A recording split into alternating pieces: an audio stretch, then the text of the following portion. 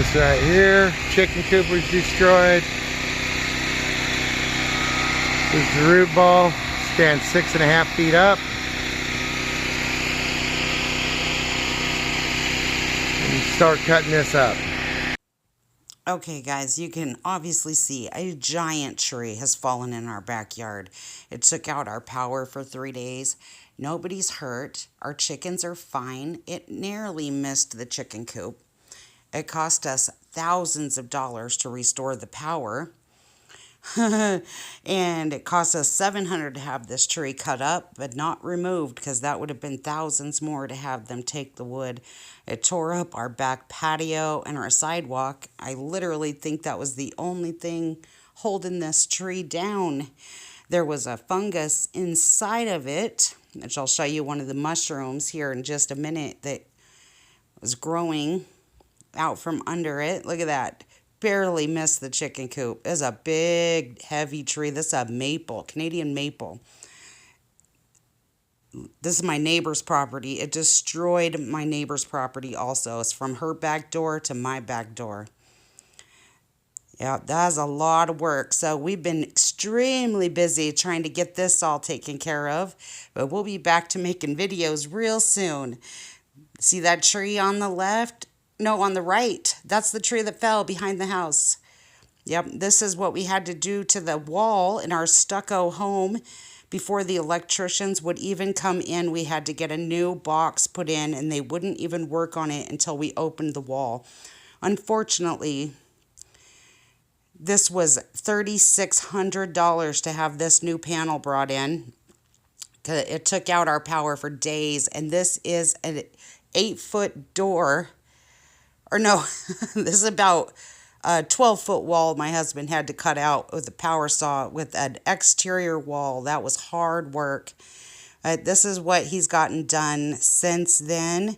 This kind of put back together. Some of the patio relaid has been extremely expensive and time consuming, but I can't believe it missed the chicken coop. It took out our fence, our chicken run. Yep, and look at all this firewood. We got firewood to last us for the rest of our lives, because each one of these pieces of maple will burn for an entire, 12 hours. Just one log of this maple will burn for 12 hours. We have a fireplace.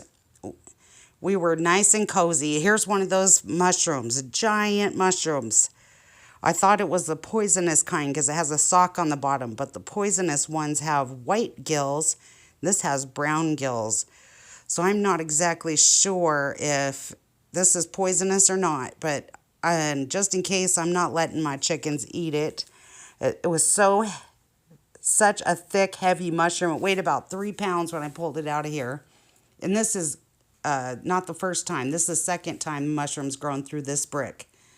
This is concrete mixed with sand right here, and it was able to push all the way through that. But look at that sock on there. That's an unidentified fungus among us right there, but still growing even though the tree has been down for weeks, and we haven't had any rain since then. But it was awfully cold when the power went out, and we were nice and cozy.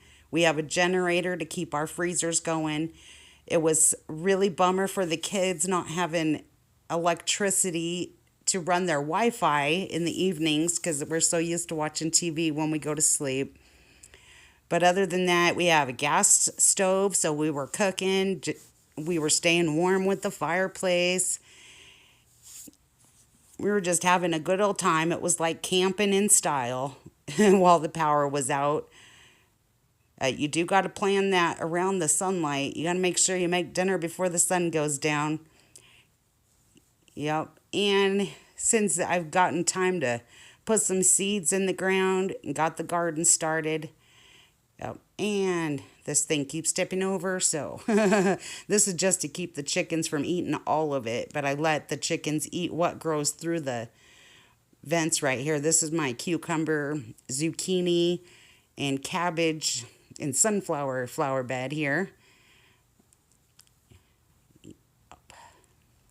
And I'll walk over here so I can show you. Look at these cool barrels my husband cut in half for me so I could plant I got potatoes and carrots and onions over in this area. And there's a grapevine. That's my old gazebo frame for my trellis.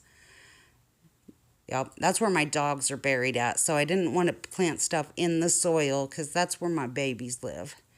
These are my black-eyed peas in the barrels here because they have a tendency to take over. Yeah, and these are my squash garden. I got pumpkins, cantaloupe, watermelon, raspberries, peaches, and plums. Yep, cherry tomatoes and chickens. You can't hardly even tell I have chickens roaming free in my backyard. These are my tomatoes and celery. And I'm going to plant marigolds in these cinder blocks right here so it kind of looks all pretty. I put up this little pool for the chickens, but they don't want anything to do with it. So I've planted water lilies. Hopefully they're not poisonous to chickens. And over here I got brassicas and lettuce. I got my first little flower right there. Look at this beautiful flower. It makes me so happy. Beautiful. All that hard work starting to show when you get flowers. This is my pepper garden. Over here, it's nothing but peppers, bell peppers, jalapenos, chilies. It used to all be weeds just like this. So I just put down some planting fabric, put some bricks around it, planted them, and then once they got a little bit bigger, I put jars over them and laid down that bark. I got sweet peas, strawberries. I've been busy. It's so much fun planting a garden. And sweet peas, flowers. This is baby cucumbers and romaine lettuce. This pickles. Yep. And there's my buttercup, always following me around. More strawberries. I got strawberries everywhere, but they just won't grow bigger than a dime. Yep, they're just starting out. But anyway, we've been like so busy. Here's the marigolds that I haven't had a chance to plant yet. It's one of the last things I need to get done before I can just go on with my life. But we're going to have a lot of food here soon. Got to get ready to start preserving. Get out of the house, ladies. Chickens don't live in the house. That's what happens if you leave the door open. I've started cooking again. The kitchen's cleaned up. We didn't have power to half of our kitchen or our dryer for 7 to 10 days, because after they run the new electrical, they couldn't hook up our 240 to our dryer downstairs, and they couldn't hook up our shop freezer plug-in. So we had to my husband had to run all new wire to be able to get this all connected for. So now we can resume life. All right, so get prepared. We got a lot of food to start cooking and preserving. See you soon.